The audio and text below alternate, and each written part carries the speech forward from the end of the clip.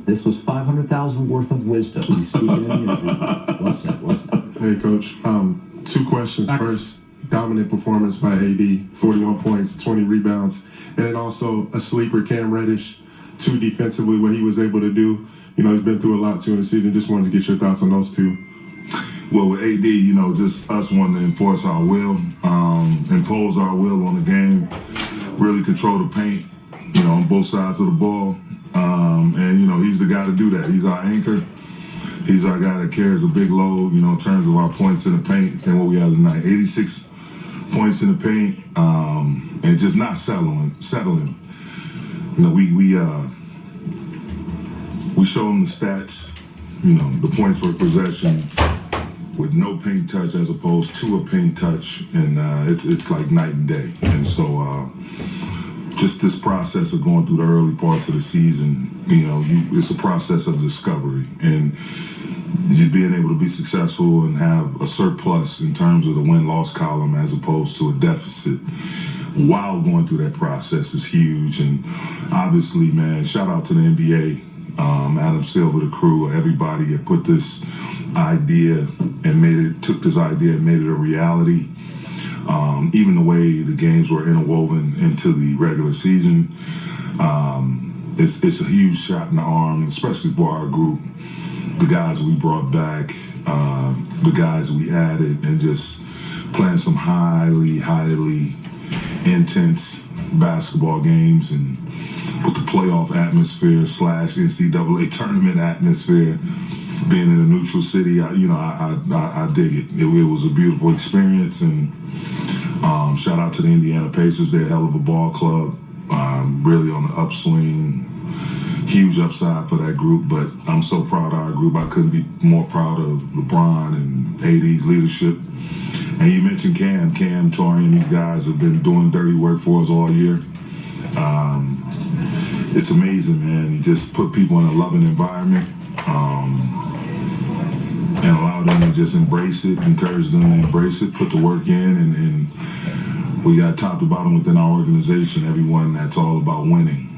Winning people as well as winning professionals. So it doesn't surprise me what Cam is doing, or any of our guys, and AD, you know, just putting the team on his back and just Bron's focus.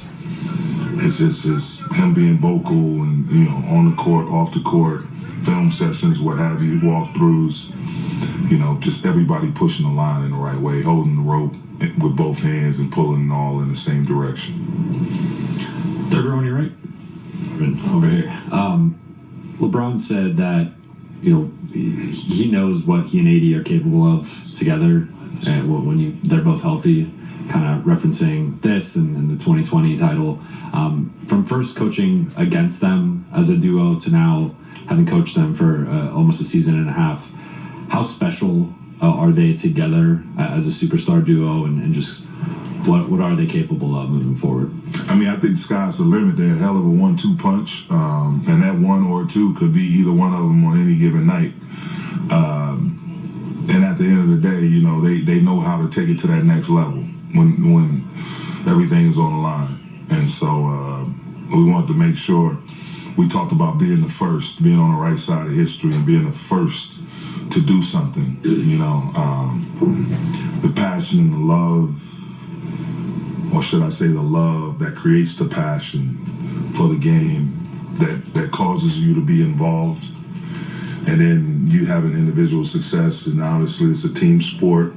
That individual success rolling over into team success keeps you involved, and then the opportunity to make history keeps you coming back. And those guys have both experienced that on an individual level, individual success and team success. So have I. You know, someone undrafted, never thought I'd have a long NBA career, played 8 years, I had the opportunity to win a championship, and then transition into coaching and doing the same, and having the 2021 championship year, and now back on that same journey. You know, a lot of people make money, a lot of people get an opportunity to make money, very few get the opportunity to make history, and that says a lot. You know, just the way they lock down the whole environment for us to be focused on the job at hand, whether it was New Orleans, especially once we got here to Vegas, the focus, you could just see it. The focus, the spirit of the team. Both of those guys spearheaded that tone. That tone was definitely set. BT, back right. Darvin, what do you see in Austin that allows him to raise his level to play so much?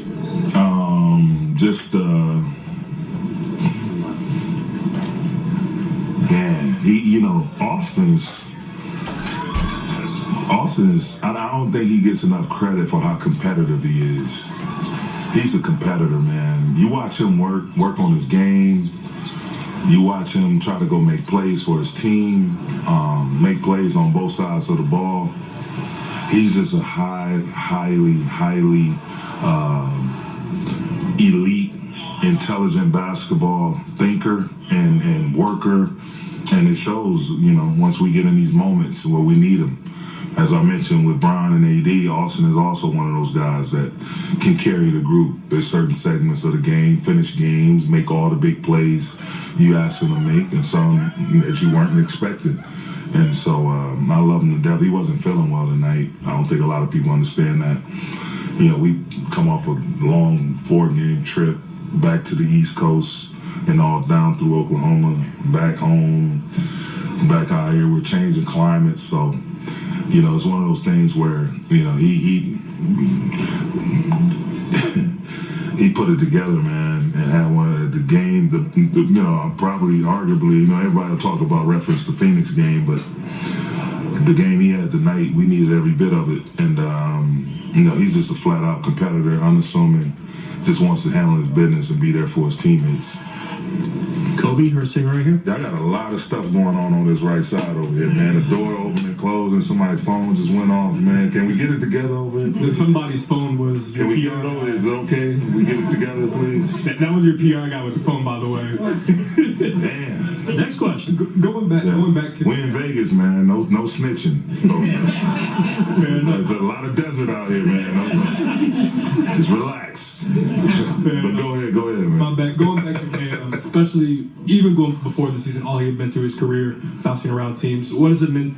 What do you think this can do for him, his confidence to be on the stage, guard guys at this level, not just tonight with Tyrese, but, the first quarter of the season? So before we signed Cam, he and I had several conversations, and once we signed him, he just told me, Coach, just be straight up and clear with me. Whatever you need me to do, whatever I'm not doing, just shoot straight. I said, oh, you got the right guy.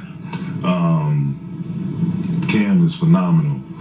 Like I say, it's just like me seeing Vando when he was in Minnesota going crazy on the glass, and me stopping him in the hallway in Milwaukee, and after they had beaten us at home, telling him, I hope I get to coach you one day. I love the way you play. It's the same thing with Cam. I got to see Cam guard one of the best players on our team, one of the best players in the league, him being an all-star, and Chris Middleton back in the Eastern Conference Finals in 2021. Not only did he play elite defense, he was knocking down threes. I believe he had 4 made threes that, can't remember which particular game it was, but he always stuck in my mind. He's the quintessential 3-and-D guy, but he also can handle the ball. We use Cam to initiate plays. Cam can switch off on basically anybody. He has a knack for getting deflections and steals, comes up with huge rebounds. He can finish, he can make space the floor. So all of that said, I just told him to embrace the work. The environment is gonna love on you, so make sure you submerge yourself into the environment that we've created with our program. So, and he's gonna flourish within it.